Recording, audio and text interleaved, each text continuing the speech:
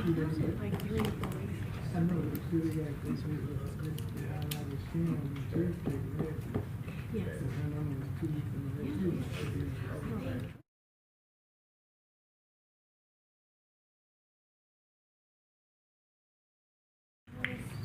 It's 6 o'clock. All right, y'all. It is 6 o'clock. We are having some bad technical difficulties. It appears that a piece of our equipment has broken, so we will not have microphones tonight. So we'll just have to make do for all the people watching on YouTube. We are sorry you may not hear us, but we're going to do our best. They can always come to the meeting, right? That's right. Everybody's invited to come in person. So we're going to call this meeting to order, and we're going to start by having Hank Griffiths, Eli Carnell, and William Scott come up and lead us in our Pledge of Allegiance. Y'all would stand with us.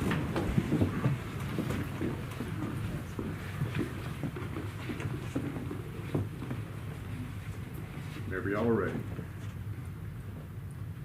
Pledge allegiance to the flag of the United States of America and to the republic for which it stands, one nation, under God, indivisible, with liberty and justice for all. All right, can y'all come up here for a minute? I want to give each one of y'all one of the City of Hernando pins, just to say thank you for coming and doing this for us. Thank y'all very much. Thank you.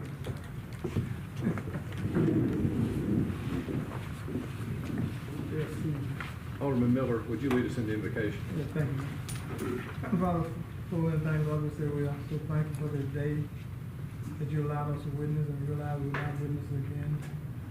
Lord, thank you, Lord, for giving us an opportunity to serve this community. We pray, Lord, for those service that we run on tonight will be pleasing in thy sight.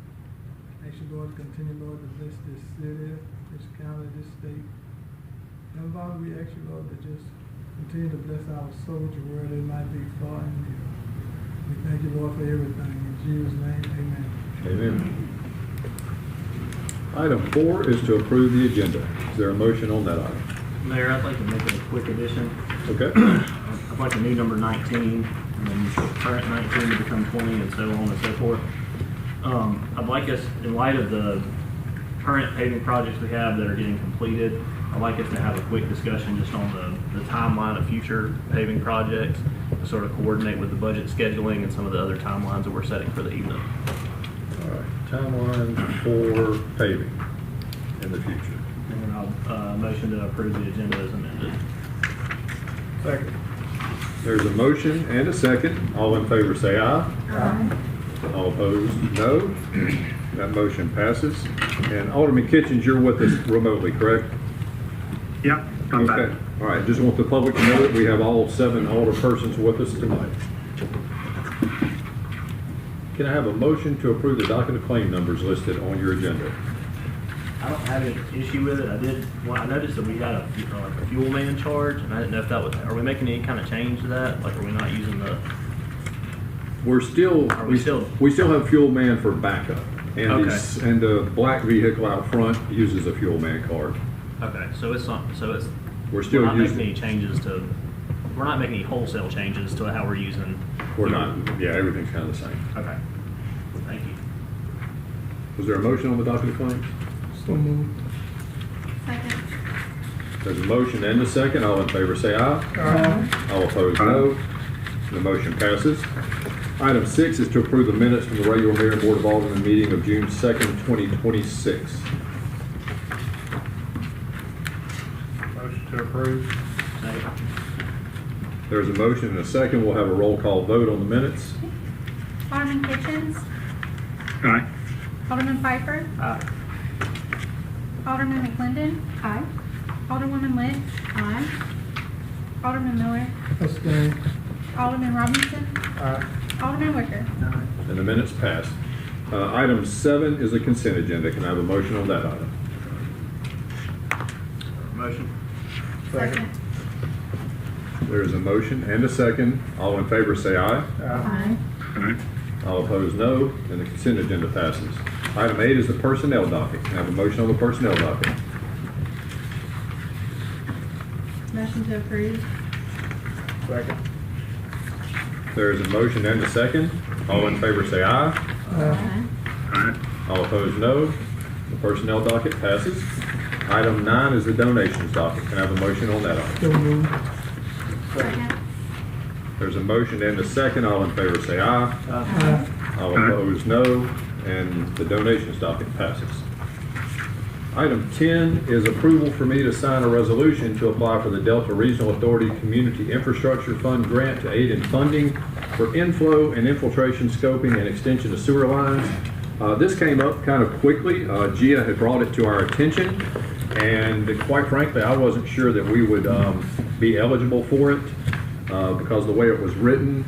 So we did call a meeting with a few different department heads, people from the Public Works Department, Joe Frank, and Gia, and Daryl Dixon came in to talk us through it.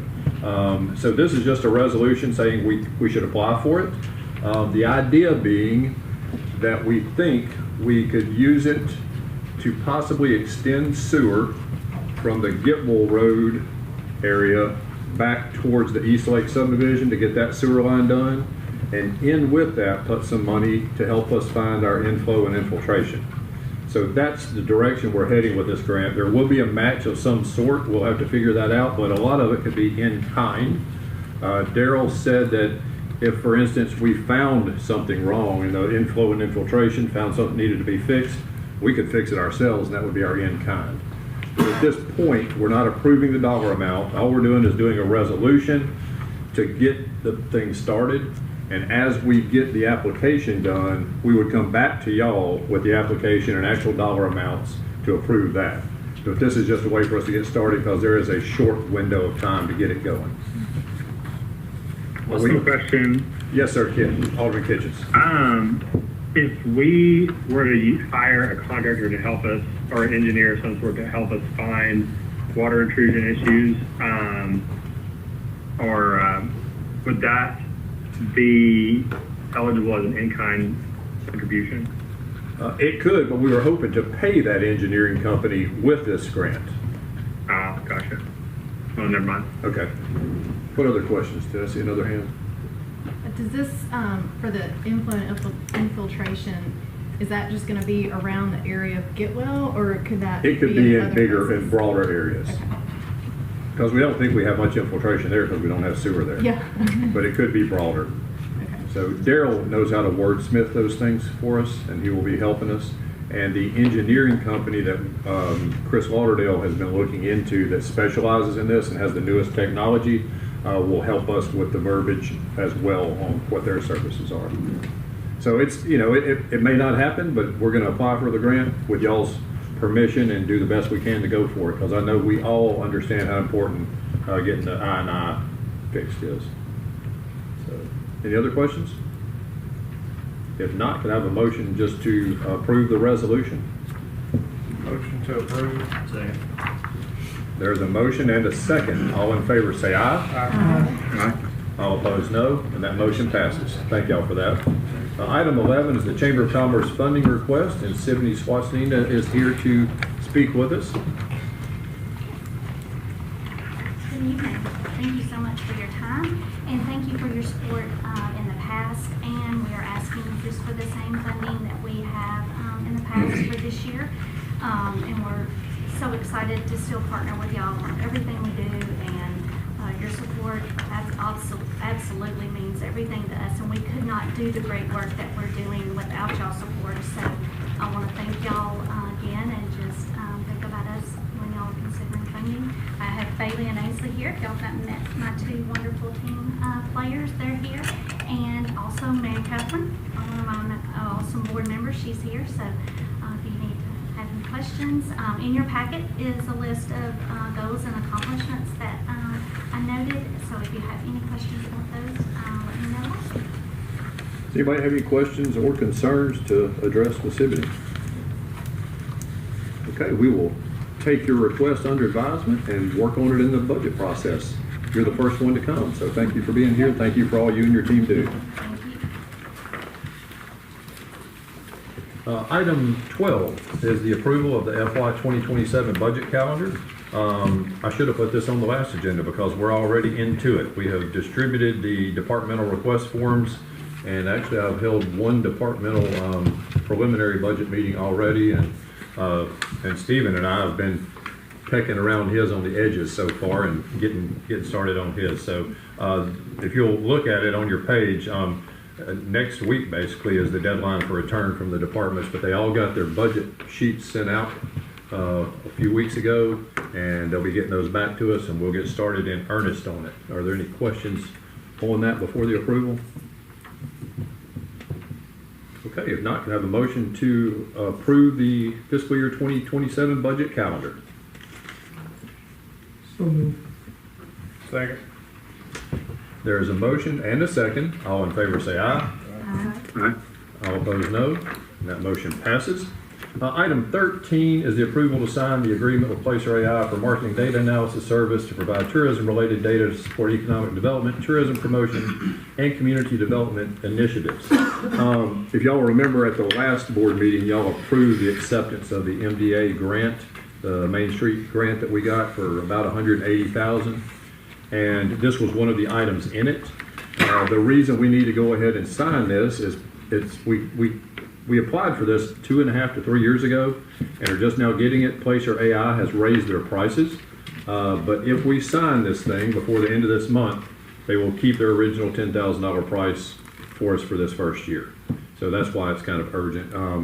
So we need to get that signed so we don't go up to the 12 or 13,000 it would have been otherwise. The 20% that we will be on the hook for will come out of the tourism budget. And just as an FYI, our tourism budget is starting to look up now that the Hampton Inn is back in operation and Home 2 Suites. Just to be quite candid with our funding on that stuff, it used to average about $4,500 a month, and it dropped to about $1,500 a month when the Hampton was gone. And now we're up to $6,500 this month. So the revenue's starting to come back. And we think the Holiday Inn will be done in about 6 months, and that will just add to that. So the tourism fund budget should start coming back now. So any questions on that? If not, is there a motion? Motion to approve. Second. There's a motion and a second. All in favor say aye. Aye. All opposed, no. And that motion passes. Item 14 is for requesting board approval for the Centos Combination First Aid and Safety Services Agreement on state contract. This will be 2 AED units, the Zoll AED Plus, which will be owned and maintained by Centos, and we'll basically be leasing them, and they'll be taking care of those at our buildings. Any questions on that item? If not, can I have a motion? Motion.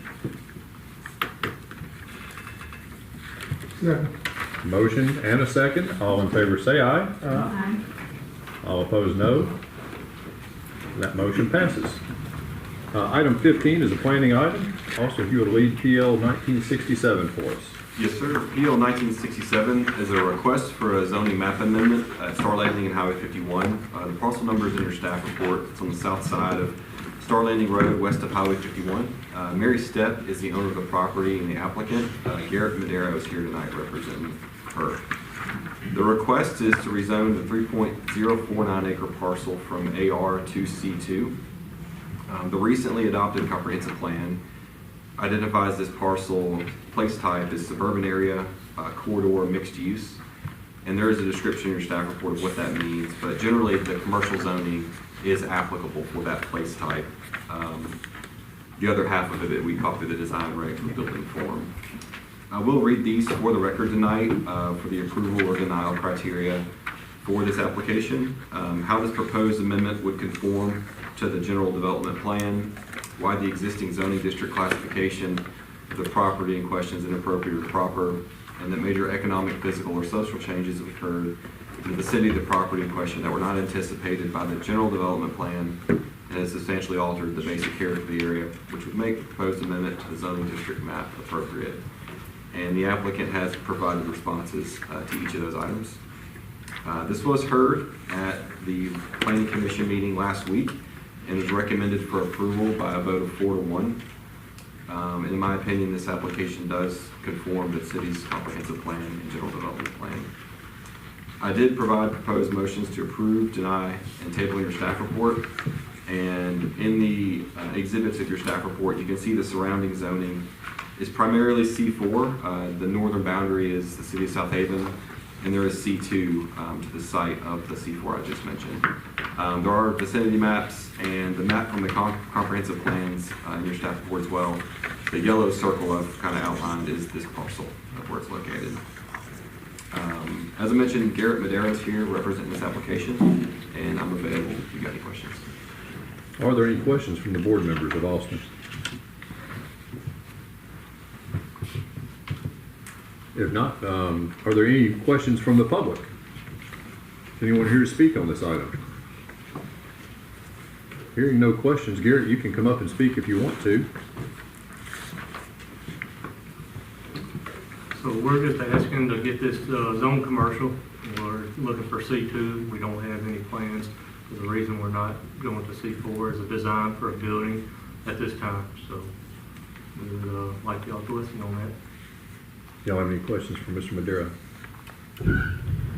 Would you have any kind of issue if there were certain uses that were taken out of C2? Like any restricted uses? If the board decided to restrict certain uses, I know there's a laundry list of uses in there, and I'm sure there might be some that we want to strike. I might be the only one thinking that. I don't know if we've done that in the past, I know. So that's the only thing with the C2, I think, to try to be consistent with other people that have applied for C2 and have gotten it approved. There's been certain ones that have been struck through. If that's the only way, the only path forward, I think. Do you agree, Austin? Yes, sir. We've done that in the past. The ordinance committee did recently revise C2 to eliminate a lot of those types of uses. I know aluminum cans, processing, and all those types of just crazy uses have been moved to M1. And so the goal of the ordinance committee, I think, was just to kind of streamline C2 to make it consistent for these types of applications.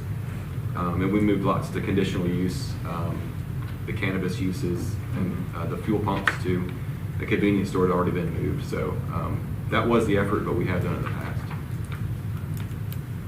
I guess to like dovetail off that, then what Alderman Piper's saying is that in effect then already?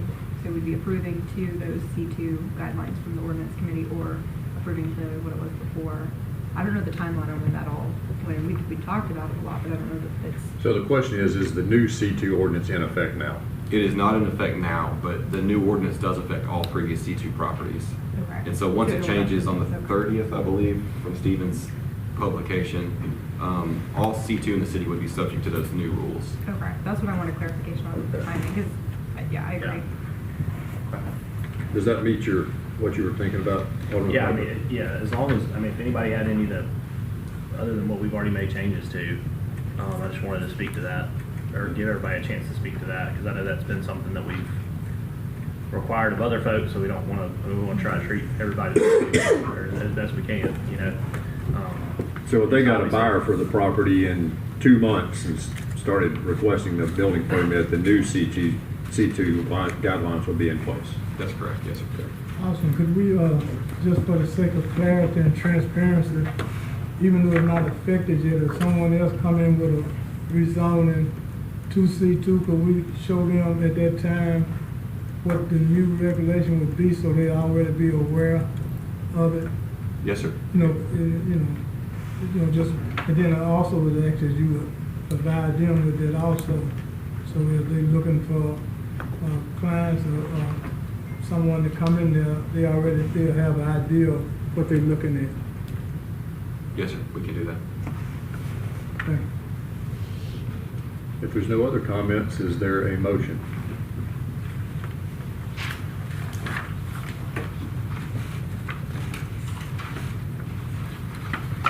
I'll make a motion. I make a motion to approve an application by Mary Stepper of the rezoning as detailed in the attached proposal. The subject property is located on the south side of Star Landing, west of Highway 51, and based upon the following findings: 1, 2, 3. Second. There's a motion and a second. We'll have a roll call vote. Alderman Robinson. Aye. Alderman Wicker. Aye. Alderman Kitchens. Aye. Alderman Piper. Aye. Alderman McGlinden. Aye. Alderwoman Lynch. Aye. Alderman Miller. Aye. And that motion passes. Thank you very much. Item 16 is PL 1974. Austin, if you would present that one as well. Yes, sir. PL 1974 is the request for final plat approval of part of Lot 58 of the original Hernando town map. The name of the subdivision is Isla Place, one lot subdivision. It's located on the north side of East Valley Street, east of Northview Street. Chance Walker's here tonight representing the owner. The lot is 0.116 acres, and it's in the location I just had mentioned. This is an interesting subdivision application, as this lot has actually existed since 1913. In the eyes of the zoning ordinance, that considers this lot a legal non-conforming, as it is too small for the zoning district, but it was created before the creation of our zoning ordinance. So it's a legal non-conforming lot currently. And so the request was to pursue a building permit on the lot, and the subdivision regs require a final plat application before a building permit is issued. So they made requests for final plat, and it's in front of you tonight. As you can see, it's a little over 5,000 square feet, and the setbacks for that zoning district are 5 feet on either side. And so the applicant has provided a preliminary site plan and a building elevation of the house he's wanting to build for this lot. I also went through title search and found the original deed from 1913 of when this lot was actually divided off of Lot 58 on the Hernando town map. And so that greatly predates the creation of our zoning ordinance. And then on the exhibit with the old map that you can see, the black and white map, the yellow circle is generally where this lot falls. And that's the only point of reference the surveyor could really use for their corners. And so the tax rolls already considered this a separate lot for years and years, as this was established in 1913. They just never came through our processes for a final plat. So that's their request tonight, is to receive final plat approval. And I did mention to the Planning Commission that they have presented a preliminary site plan that you see in your staff report, and it seems to meet the setbacks. But if it doesn't, that would necessitate a need for a variance. And so I think he got some feedback from the Planning Commission, and he's kind of stuck to this site plan of it fits and not needing the variance. So I prepared a proposed motion in your staff report, and it's all of our general subdivision criteria. As this lot's existed for so long, the curb and gutter's already in, so the only private requirement would be a sidewalk, which he's shown on his site plan. The preliminary plat is listed, as you can see, on the second page of your staff report. And Chance Walker's here tonight, and I'm available if you've got any questions. Are there any questions of Austin from the board? Okay. If not, is there anyone here to speak on this subject? Mr. Walker, would you like to speak? Sure. I'm Chance Walker, Smith Walker Engineering, 1102 Fremont Drive. I don't have anything to add. I'll take any questions if there are any. Are there any questions from the board? If not, could we have a motion?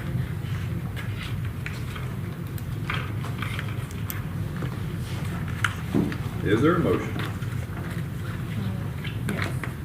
Motion to grant final plat approval for part of Lot 58, Hernando Town Map, Isla Place, is it, what is it?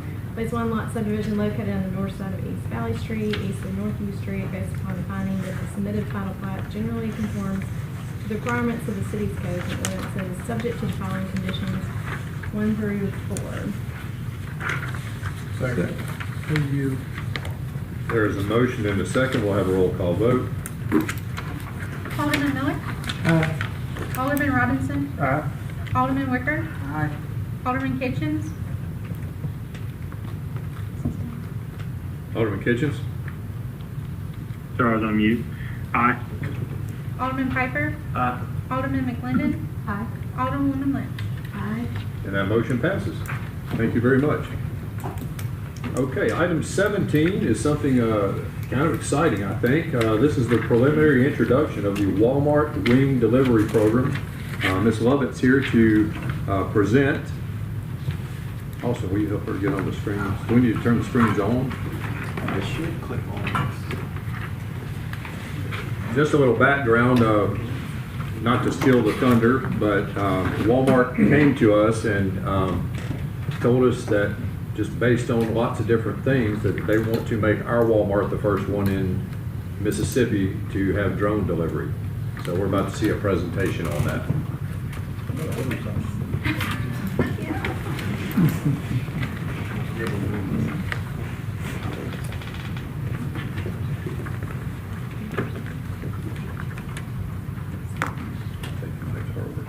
just here and it's out there somehow.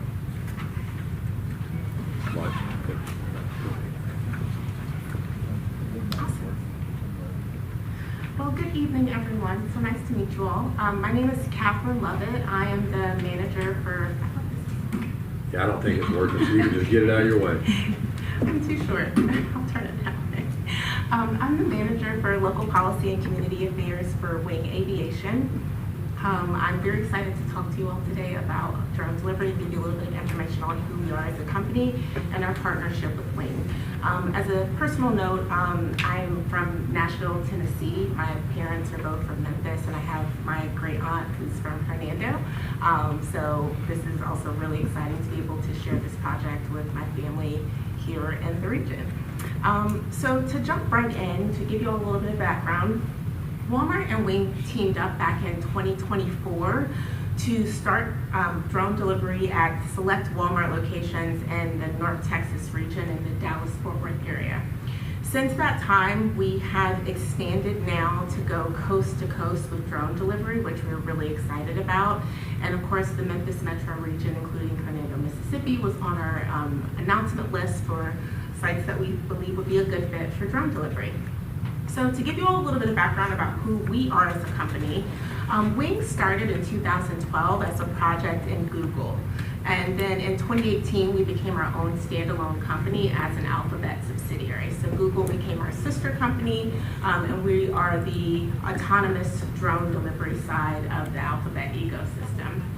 As a company, we are the original equipment manufacturer, which means that we design, manufacture, and operate all of our aircrafts in-house. Our headquarters is based in California.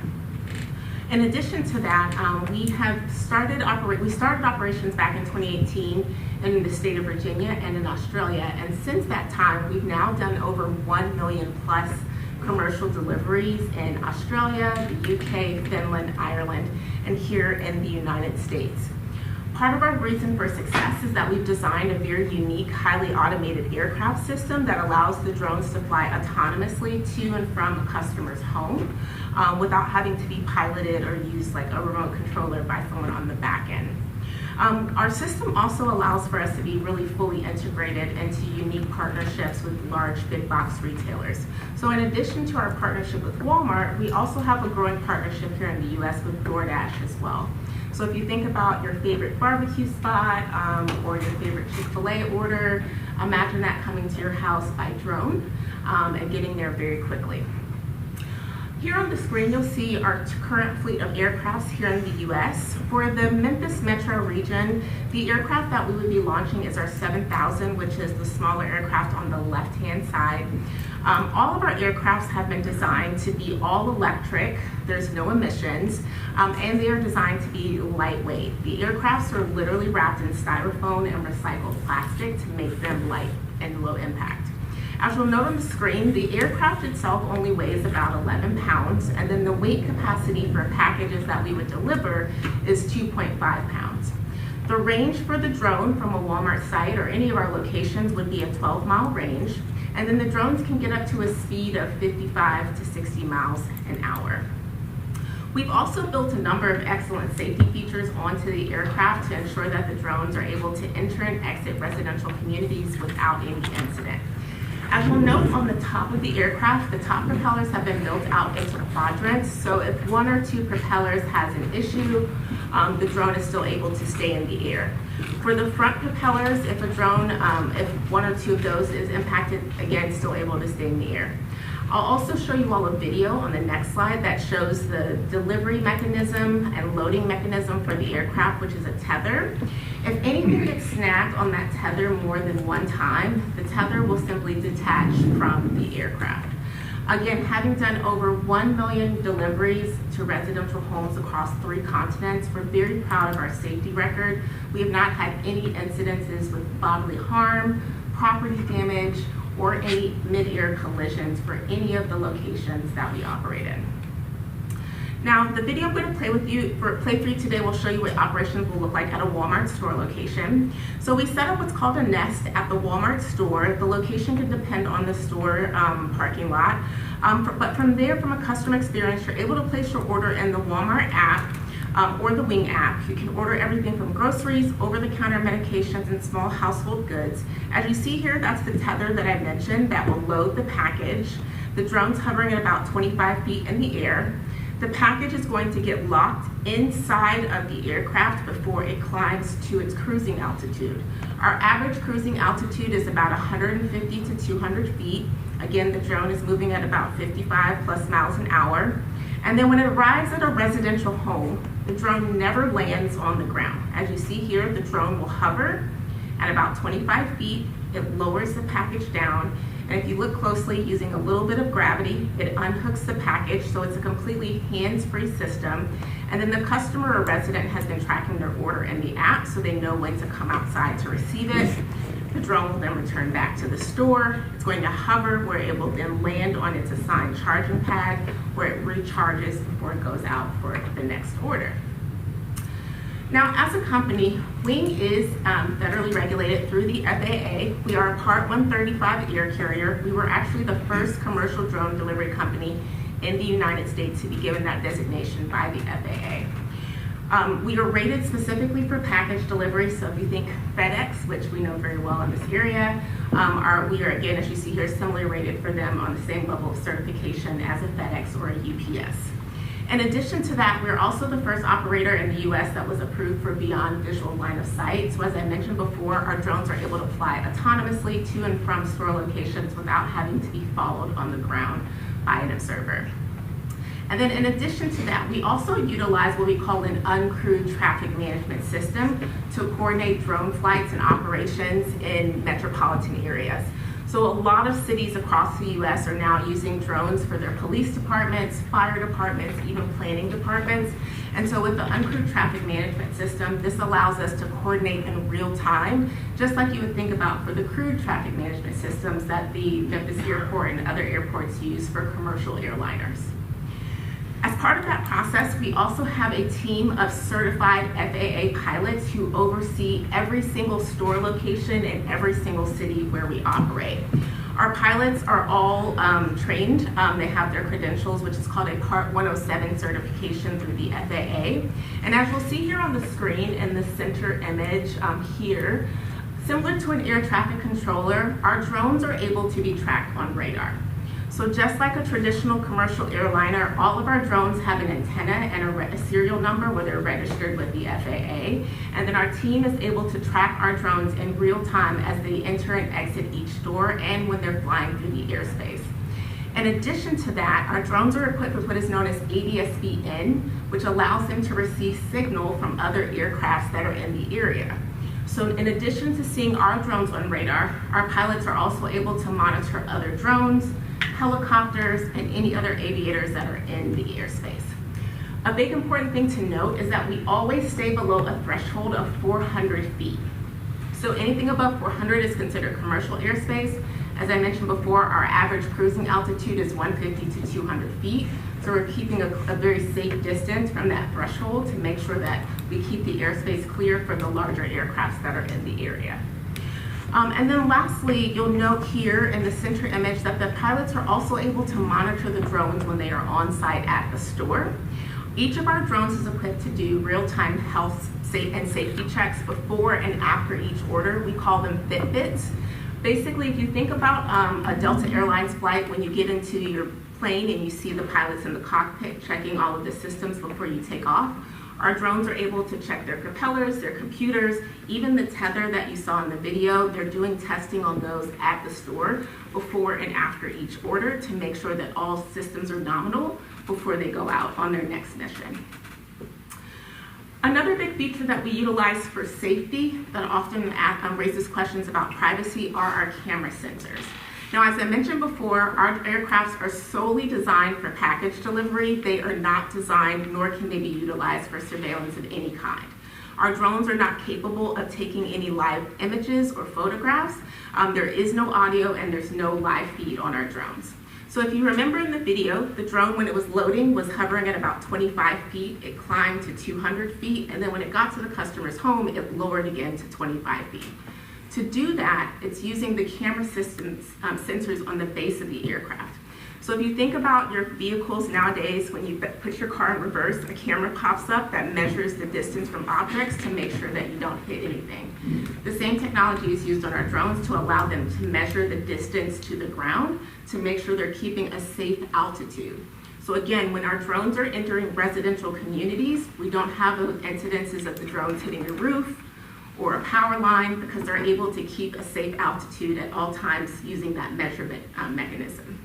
Again, this is a safety feature, and we also like to make sure that people know that our pilots can neither see you nor hear you at any point when the drones are out for delivery, even if it's to your neighbor's home. Another question that we get about the aircrafts for new communities is about the sound or noise profile for the drones. So as you'll see here on this image in the center, when the drone is at that cruising height of above 150 feet, the sound decibels on average are about 43 dBA, and at that sound level, the drone is quieter than 50 decibels, which is what is considered to be the traditional ambient suburban residential sounds. Now, when the sound profile does increase is when the drone is at that delivery height of 25 feet and it's lowering your package down. That timing that you saw in the video from the time the drone arrives, lowers to 25 feet, lowers your package down, is typically about less than 90 seconds. So in that time, the sound is going to be at about 62 dBA, which if you think about a delivery truck, like an Amazon truck that's idling on the street in front of your house, the sound is a little bit equivalent to that. Again, our goal as a company was to design drones that were not only safe, but also blended into suburban residential sounds without interrupting the peaceful communities where customers are ordering. And then lastly, another important safety feature that we built in from the customer experience is our delivery zones. So as I mentioned before, our range for the aircraft is 12 miles, so 6 miles one way. With that, you're able to check your address in either the Wing app or the Walmart Plus app, and you're able to determine if you're eligible for a delivery. I always let customers know that you typically need about a 6 foot by 6 foot space on your property, either front yard or backyard, that's clear of any power lines, trees, bridges. You don't live in an area next to or near an airport. From there, we'd be able to set up what we call a delivery spot in the app. So if you think about DoorDash or Uber Eats, if you've ever done that before, where you drop a pin for your driver, the same technology applies for our app service, where you're able to select a pin on your property to let the drone know where to deliver your order. The pin is basically just GPS coordinates, same as Uber or DoorDash, and allows the drone to find that delivery spot that's clear at your home. From there, you are also asked before you can check out and pay in the app, you have to acknowledge and sign a waiver that says your delivery spot is clear. There's also a very cute animation that shows a dog, children, bicycle, vehicle to make sure that you're not leaving any important or personal items in the delivery spot before the drone comes in. Once you acknowledge that, you're able to check out, and then you're able to track your order as it leaves from the store, and you'll be able to see it in real time as it flies to your home. You get push notifications to let you know when to come outside to receive it. Another big important thing to note, we do get questions about multifamily homes. So currently our system primarily supports single-family properties, but we are expanding our network now to support apartments and condo communities. We've been launching that in the DFW area, and as we start to grow in other metropolitan areas, we'll be able to expand that as well, which is really exciting. So with that, before I close, I just want to, for the Alderman Board today, to kind of remind that when you're thinking about access, one of the things that I love about what I do is that drone delivery has opened up access to diverse communities. We know that traffic is a problem for a lot of metropolitan areas, no matter where you live these days. Sometimes going to the store can take you 30 minutes during rush hour. For our customers now, your average delivery time from the time you place an order in the app to the time it arrives to your front door is about 5 to 15 minutes. We have stores now that are doing over 500 orders a day just for drone delivery because people appreciate the convenience that this provides. Now, as I mentioned, with the weight capacity being 2.5 pounds, we're not going to replace your full grocery order, but people are using our service for those essential items that they need. So for example, we see during the springtime and wintertime an uptick in orders from the Walmart pharmacy for things like cold and sinus medicine, allergy medicine, children's cold and sinus medicines, those type of things.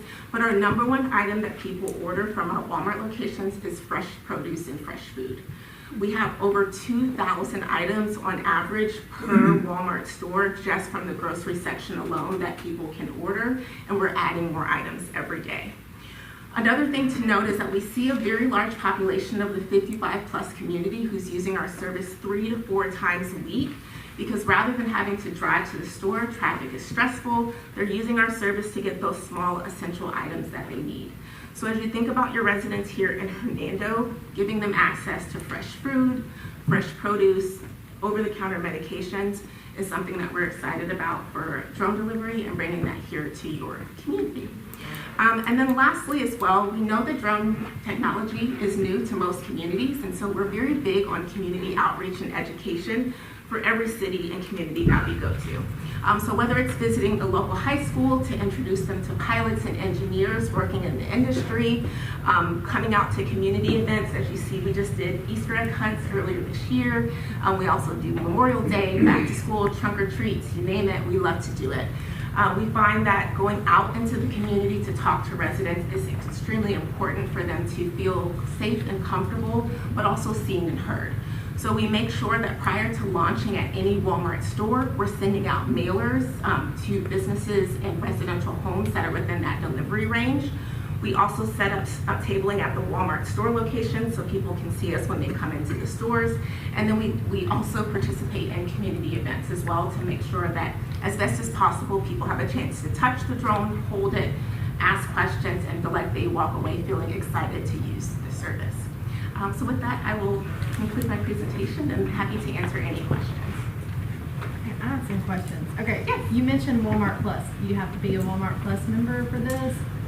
You do not have to be a Walmart Plus member, and right now the service is free for new store locations.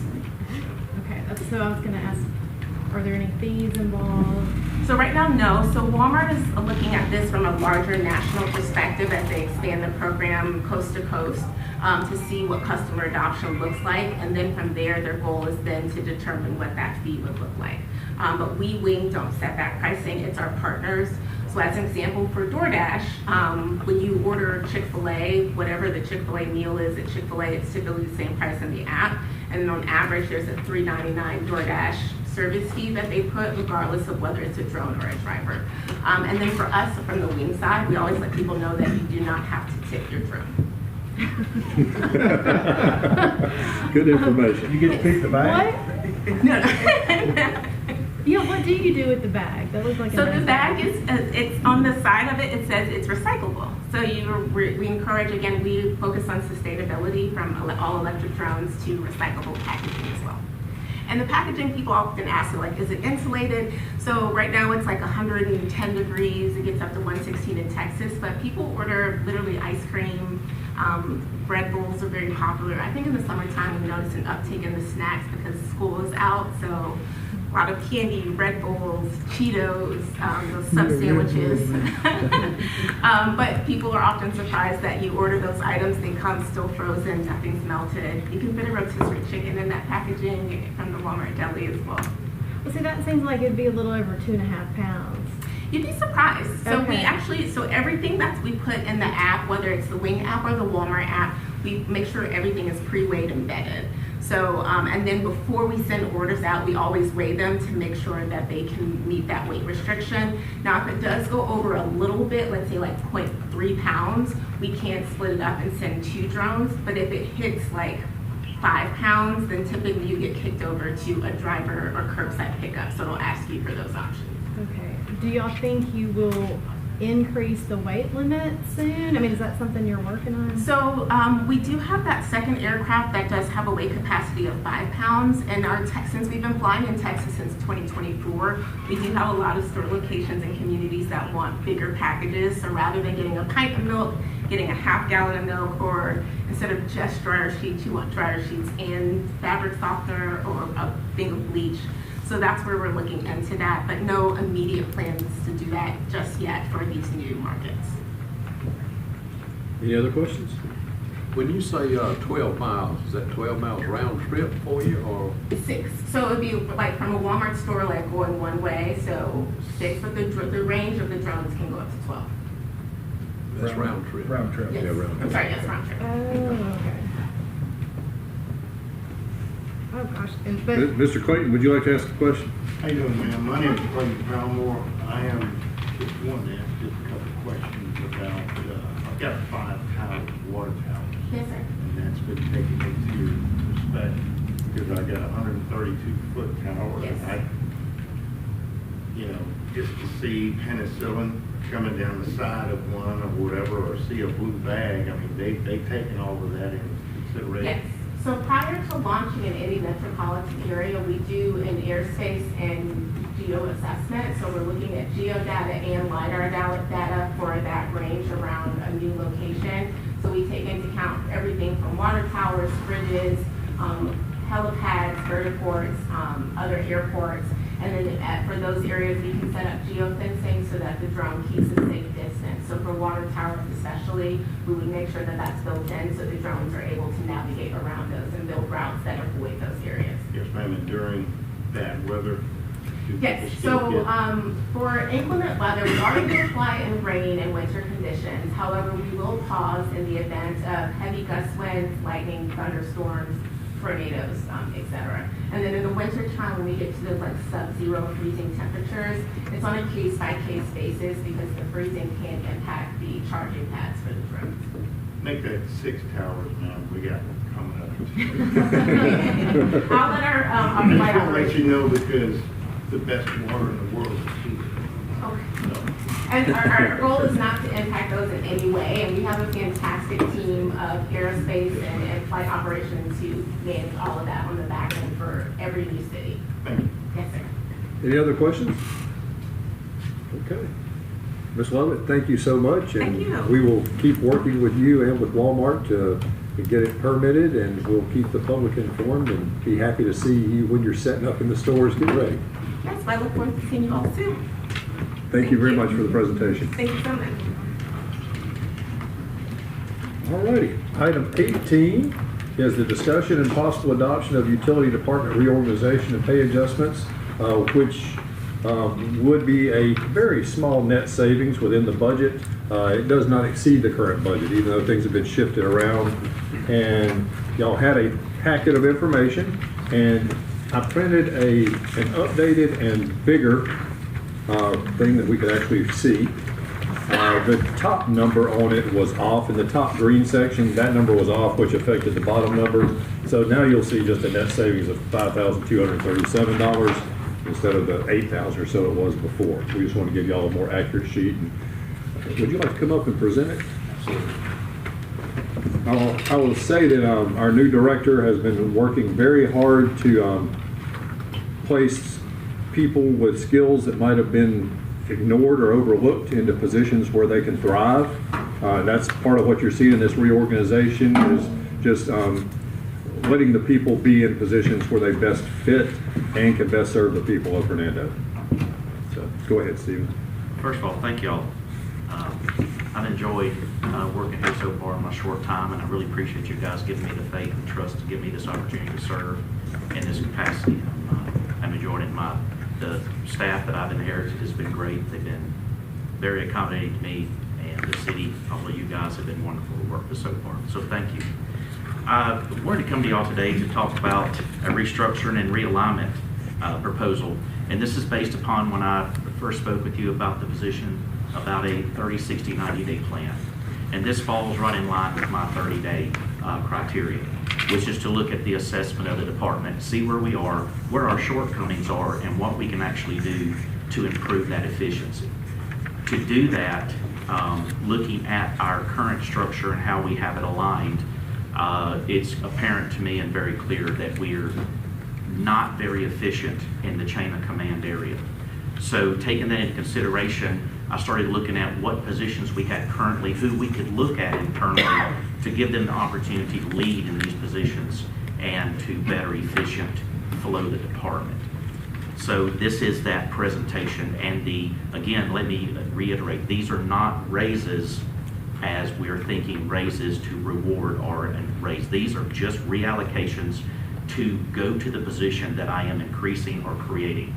And this is based on market analysis too that I included in the book. So pretty much after completing the initial net assessment of the public works, I identified opportunities to improve overall accountability, the communication, the supervision, and the overall efficiency. The proposal before you tonight, again, is not a request to increase the budget. It's actually to approve the positional changes. With that will become pay increases. This reallocation of the existing dollars will actually better align the responsibilities. It will actually strengthen the supervision of this department, which is going to overall improve the efficiency of this department. And in that 30-day assessment, this is where I think it's key that we start. So from this point, we can set the tone and we can set the pace and build from there. How these funds were found. Basically, we took, after looking at the positions, we took 2 positions. I had a gentleman retire, and we took his position, and then we had a part-time position. The part-time position has been open since October. We took that position and the position of the gentleman that retired, and we combined those dollars to basically spread among the supervisory role positions that I'm creating. So that is where the money is coming from. And we didn't actually use all of that combined money. We still have a little bit of that money left over for contingencies, emergencies, for anything we might need in moving until the end of the budget year. And I think we should be right around 75% the next week where we should be sitting in our budget. And I think we are sitting somewhere around 60% usage is what the main final told me. So we're still sitting good below our salary budget too, just to take that into account. The $22.23 an hour, or $46,000 annually, was for the Tech 3 position that I am eliminating. This position can be eliminated because what we're gaining is actually a Tech 2 position that can play in both roles. They can assist the water crew as well as assist the sewer crew. We're also gaining the ability to bring in a higher qualified supervisor with the experience to actually prepare and maintain and plan for capital expenditures on our lift stations. Our lift stations up to this point have just been basically repaired and minimal maintenance. And we need to have someone with the experience to actually look into our fog ordinance or the grease, why we have a grease in there. Can you tell the board what FOG stands for? Yeah, it's basically food oils and greases, or foreign oil and greases, whatever way you want to go. But it's basically an ordinance that, and we need to have in place. If we don't, I need to get with you guys to see what ours is. And all that does is basically holds the restaurants accountable to not have grease go down into the system, which then goes into our system, gets to our lifts, which requires us to pump them down, scoop them out, and it creates problems across our whole system. It's been pretty much unregulated from what I'm putting together. The gentleman that retired, he just did a great job. He just went to work every day and he cleaned them out and did fantastic. But we never really followed back up with him to see why the grease was there to begin with. So my point to bringing in a position or opening a position that would give us more experience in that would help us alleviate those issues and move forward. So part of that funding goes to that.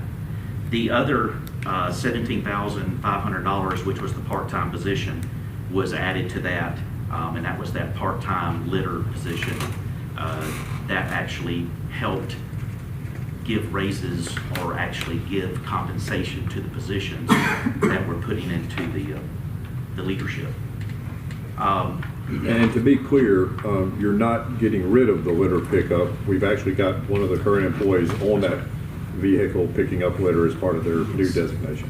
Yes, and if you probably have noticed a young man in the downtown area around the parkways and the downtown, right now is where we're starting, out with the shovel, broom, weed eater.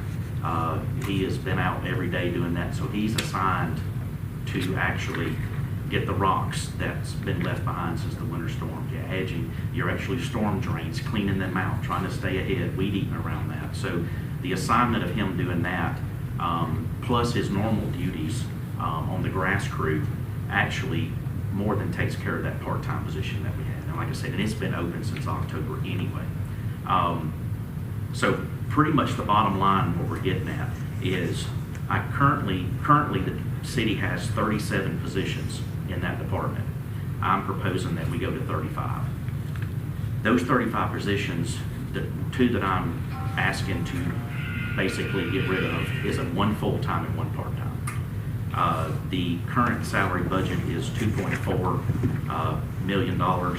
The proposed budget after this is a pass would be at 2.395. So a savings of around $5,237, according to the math. So basically, we're reducing positions, improving supervision and accountability, and we're creating a stronger organizational chart flow. Based on this, I'm asking that we consider this proposal and the restructuring, reallocation. And one other thing that just dawned on me that we need to make clear is I'm looking at all of the supervisor people. None of these are people who are just going to be sitting back and only directing people. These are working supervisors. Exactly. There are people that they're already doing the job. So the people that we're looking at, and I've spoken to each one of them and the assessment of watching their work, each one of them are already doing the task in some capacity. It's just that it's time to give them the actual leadership position and then add that layer of leadership so we have a clear communication from the field crew to that midline supervisor, to the assistant director, and then to myself. When you start getting that chain of command and the flow of information going up and down in a quicker, more concise pattern, you will start seeing your budget actually being tighter, your equipment actually being better maintained, your efficiency actually going up. All that stuff on the back end will begin to pay off. Right now, you have a director and assistant director and minimal, if any, supervision, legit supervision within the ranks. So you have a lot of miscommunication, a lot of inefficiencies inside of that. So to fix that, immediately you have to have some type of midline. And luckily for us, we're in a position to where I feel we can cancel these two positions and more than compensate for what the investment will be.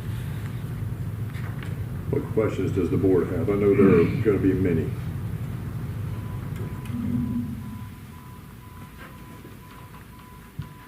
On the spreadsheet, I actually broke down too in the yellow. You'll see which amount of money was added to each position out of those. You'll see it there. So have the organizational changes already taken effect? No, sir. I've actually spoken with the people to interview to see if this would be something they'd be interested in doing. Have I tasked them with more responsibilities? Some of them, yes, but not actually put them in places of leadership or have advised the staff that there's new leadership. I was waiting to see if this would go through before we can do it actually officially. Mayor, I had a question on this salary spreadsheet. I know that in the last several months we made a lot of changes in regards to the utility fund, and there's employees that had split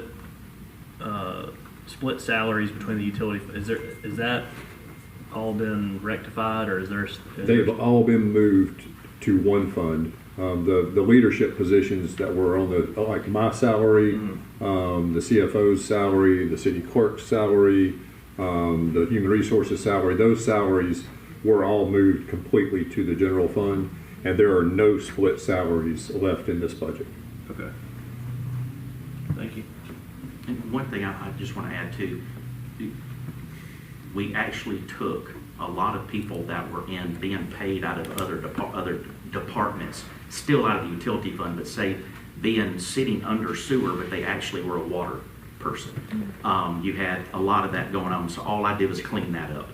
And in doing so, you could see it change some of your lines on that too. So some of that money again, it created a positive, but still the money is still inside the original budget. It's not being pulled or added to. And one thing he alluded to earlier is these numbers, these new numbers on the sheet are for an entire year, but we've only got 4 months left. So there is plenty of budget room. And on most of the line items, we're around 61% of actual spent money in the wages. And after this next payroll, we should be at 75% because we'll be at 9 months. So I feel like we're still going to be under 70% in most of these departments after this next payroll. So that leaves some wiggle room in just leftover money within that budget too. So according to your chart here, then we got a total of 4 open positions, correct? And with 3 of those being regular employees and 1 of them being a sewer supervisor, is that correct? Yes, sir. Yes, sir.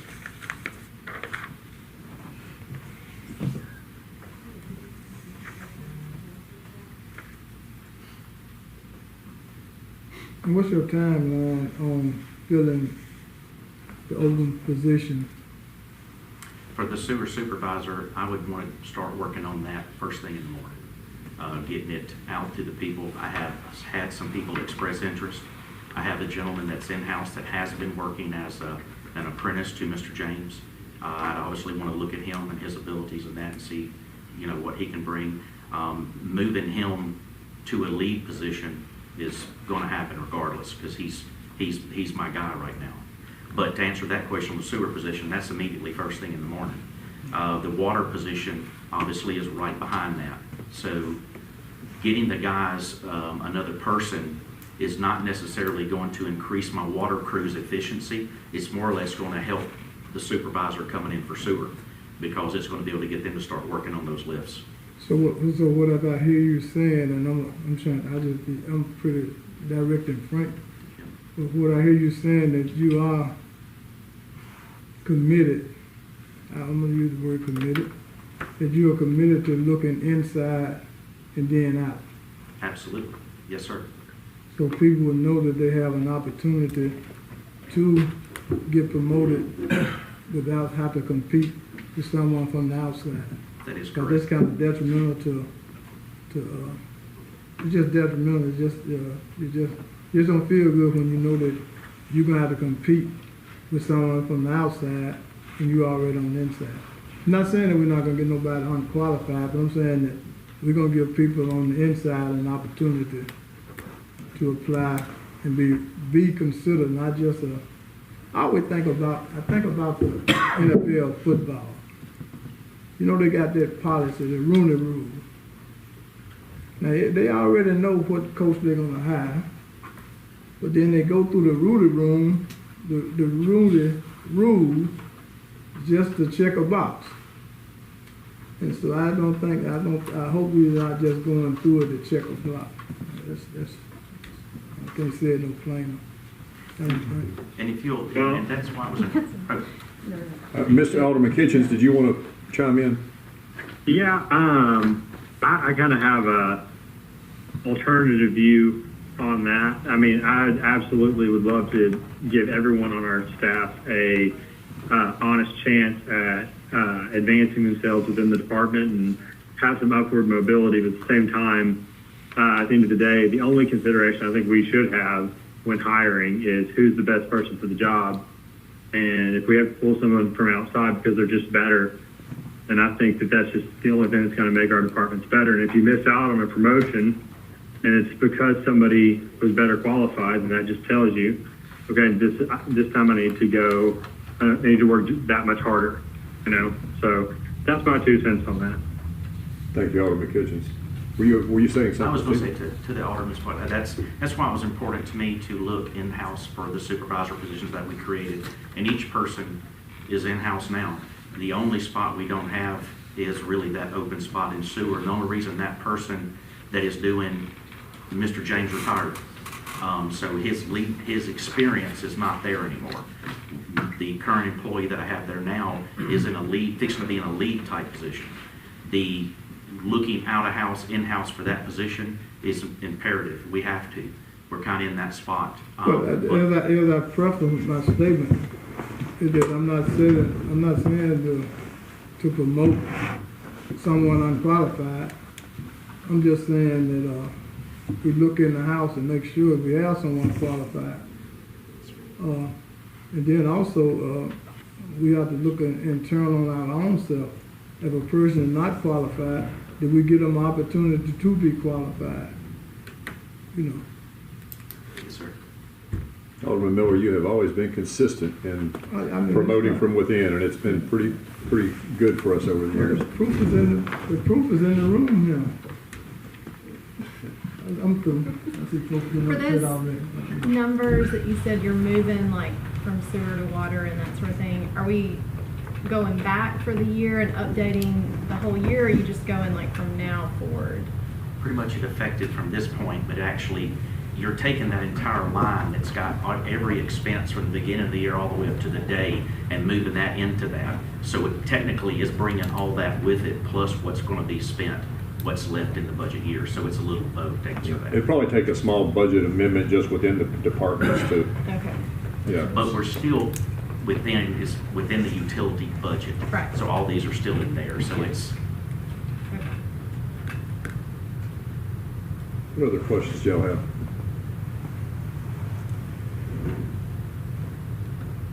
Any other questions?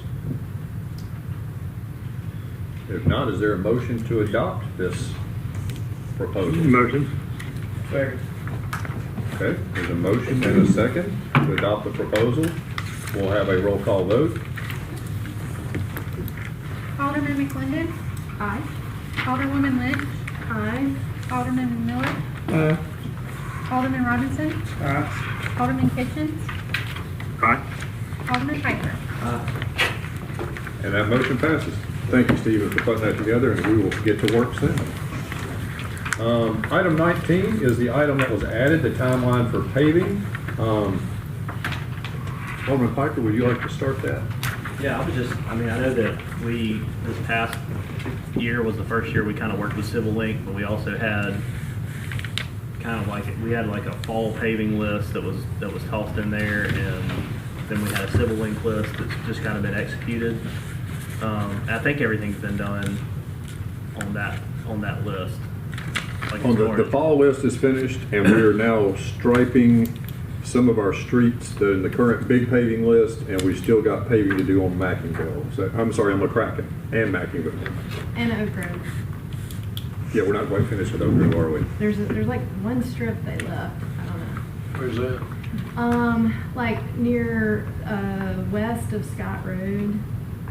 Like one lane is it's not done. Yeah. We still like one lane. Yeah. Okay.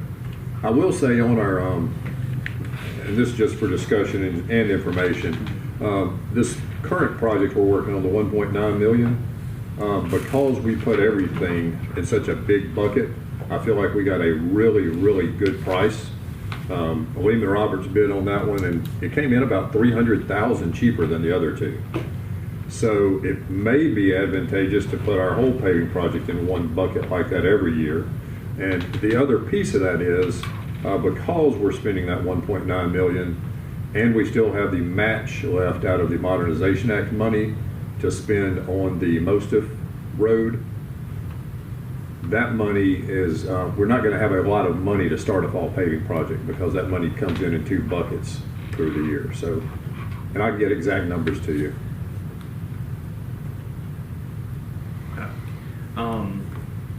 Yeah, I agree with you from a standpoint of having one master list and not, because the other issue we kind of ran into is that with the fall it got kind of cold and wet, and then like the quality of the paving I don't think was what we really wanted. There was just some instances of that. I guess explain a little bit more about when you're talking about the Mostiff grant and the paving that's involved there, like what. So our match for the Mostiff grant was $700,000 worth of paving, and that was authorized by the board to come out of the Modernization Act money. So by the time we get our next patch of money in July, there's going to be just about enough to pay the 1.9 million and the 700,000. There may be 100,000 left. So we'll be waiting for our next one to come. So we won't have nearly as much money in the modern. We've built up a lot of money in the Modernization Act that we've spent this year. And it's going to take us a while to build it back up. Yeah, I know at one point it was like a little over $3 million or something like that. Yeah. We just spent 2, so then it goes down to 1, and then we're gonna have whatever we need to spend for the most of grant. So that will cover, is that covering the extending of the road to the point where it goes back from the skate park to that ravine or whatever? Yes, that's that portion, right. Okay. Yep. But I do think we've talked to Stephen about setting a meeting with Civil Link so he can understand the paving process, of course, along with Joe Frank and others, to make sure we are using the list properly. And also, there are roads that I would like for y'all to help bring to my attention. The one right next to my house was damaged. I'm not saying to pave that one, but there are roads that are in worse shape after that ice storm. And we need to note those, and we are going to be using that list. However, some of the roads might have deteriorated to become a different ranking than they were before. So if y'all have any of those, y'all could send to Stephen for us to really look at and help Civil Link, or ask Civil Link to help us re-rank them if they needed to be, because they really did mess up a lot of our roads. Have we ever talked about the road in the cemetery? Because it's in pretty bad shape, and I don't recall us ever bringing that up. We've never talked about the one in the cemetery. Yeah, there's a couple of sections that, and I think it's something I think we need to put in our. We might start, we just paid off a loan that was coming out of the cemetery fund and was really putting us in a bind. We might give ourselves a year to catch that money back up with the selling of grave sites, and then we might look at it next year possibly. I think it's a little premature to try to do it this year because we're on the edge in that cemetery fund right now, and we're trying to build it back up. And I mean, we could pay for it out of general fund money, but I'd rather try to keep it in the cemetery fund if possible. That's the whole purpose of it, to take care of itself. Yeah. Because we got, if you look at Oak Grove, East Oak Grove Road, it's terrible. When you get to East Oak Grove Road, coming into Mount Pleasant, in between there, I mean, it's terrible condition. Will y'all mind emailing me and Stephen together a joint email as y'all see some that y'all think are rising to the top and that we need to really take a hard look at as we're coming up with the plan with Civil Link? Yeah, and that was kind of the point of just getting on top of it, because it takes a lot of time to ride the streets. And I mean, I always think, like, I've asked Alderman Kitchens or Alderman Robinson or other aldermen in the past, say, hey, at least ride on this and tell me I'm not crazy. This needs to be done. And it's not just proximity bias or whatever else. And so we need to have time to do those things. Yes, we need to use the Civil Link study as like our guide, but also like let's use our like common sense as well to be like, between the ice storm and the amount of rain that we've gotten in the last like month, there's just been a lot of potholes that have just sort of popped up all over. And we may not be able to pave those streets, but at least having a plan to patch and get it taken care of as we're moving the budget forward, because I think we're going to have to, if we're going to try to get to that number that Civil Link is requiring, that 2.2 million, the Modernization Act is not going to fund that most likely. So it's going to have to come from the general fund to hold up that number. So we need to start thinking about how that's going to work. I agree totally. And just because I mentioned the stuff about the storm damage to the streets, the former MEMA director who lives in the city of Hernando had told me to look into the possibility of getting FEMA and MEMA money for the roads, but they classified us as a Class B, which did not give us access to that kind of money. We went through a lot of work with our staff. The department heads and Denise and Julie worked really hard, and we are going to get back $11,500. And that's really mostly just to pay for a wrecked police car and a fire truck that ice fell on off of the roof. So we didn't get anything for the ice. They wouldn't help us with the ice in the streets. We just didn't qualify based on how we were ranked. But we did go through the entire exercise with MEMA and FEMA and did our best to get all we could. But we'll be seeing about 11,500 back is all we're gonna get. But we did jump through all those hoops. And we would do it again, you know, it's just something we have to do, but. Thank you. Go ahead, Alderman Miller. Joe, based on, still talking about paving, could you give me an update on, MAK Drive, because, put the rocks in there and it's still sinking? I mean, MAK, what. That's the when they one did that the contract- GCU's we having did to the do. Contract work there, and they did inferior work because the street is still falling in. And it, we put some Band-Aid on it, the white rocks, just for people to be able to drive. But as you go through there now, it's 3 spots just continue to sink in. All they got to be cut up and find out what's going on the bottom. Something is going on. It's still sinking. Is that from the sewer project? From the sewer project. I think Joe said we had some money that was left up on there. So here's what I know about that is I've talked to John McLeod, because Pickering Engineering are the ones over that. And John McLeod and Pickering are gonna make them dig that up and put it back right. And they just haven't gotten to it yet. And what we did do is on the last docket of claims, we changed the number and didn't pay them their whole fee. They're holding back the money for the patching. So we haven't paid for that yet. And so, but Joe Frank is gonna be out there when they come to make sure it's done right. Is that what your point was? My whole point is that should be a priority. Yeah, how long has it been like that? Yeah, I mean, it should be a priority. It shouldn't be when they have opportunity. This is something that we directed they're going to do and fix. Because it's getting worse. I'll call John McLeod today. I heard that they could come Thursday or Friday to start.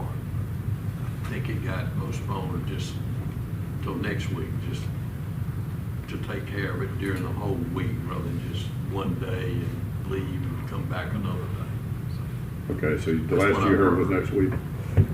I would like to have I would like somebody to send me an email or something on a timeline.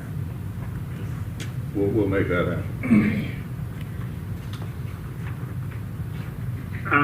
When y'all were talking about the Modernization Act funds being depleted, I heard, it was cut out a little bit. I heard y'all talking about how, we spent 1.9 on this one.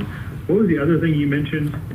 The MOSTIF grant, our match money for the MOSTIF grant was the road that's being built inside that park. And that money was allocated from the Modernization Act money. Okay, so that's something that was from a previous vote? Yes. Okay. Yes, sir. Any other questions? Oh, yeah, and one more thing. Do we know when the lines on Mackinville are going to be painted? When will the lines on Mackinville be painted, Joe Frank? Did they come today? You said they might come today. They're striping other areas today. On Mackinville, Yeah. out by Walmart, Yes, by Walmart. it's striping, they came to. They came today? All right, they came today, kid. I hadn't been over there to see it yet either. I'm out of town, so I didn't see it. So Okay. good. We've got some arrows and stop bars and things to do like that. Those are separate crew. Okay. I don't know if you heard that, kid, but the arrows and stop bars will come with a separate crew, but the lines got done today. Okay, good deal. All right. And to the citizens that are watching, please look at some of these main roads that have been done. We are spending your tax dollars wisely and doing main thoroughfares. Oak Grove, Mackinville, McCracken is underway. It's not paved yet. Mount Pleasant, some of the streets that we drive on and see the most traffic. And what you'll probably see us doing is turning back to neighborhood roads in the next budget. Any other questions or comments? Last thing, Yes, sir. on neighborhood roads, and I'd just like to say that Edgewater, of all the streets in the city, has some of the lowest rated roads, if not the lowest rated roads of any major subdivision. So I'd like us to look at that as soon as possible. You had already voiced that to me, and now you said it for the whole board, so now you can hold my feet to the fire. All right. Thank y'all for the good discussion. If y'all are through, we'll move on to item 19. Could I have a motion on the utility adjustments? Motion. Second. All in favor say aye. All right. All opposed, no. And next we have an executive session for contract negotiations regarding the Byhalia Road Water Tower project. I need a motion to go into closed determination to go into executive session. Motion. Second. All in favor, say aye. Aye. All opposed, no. We are now in closed session.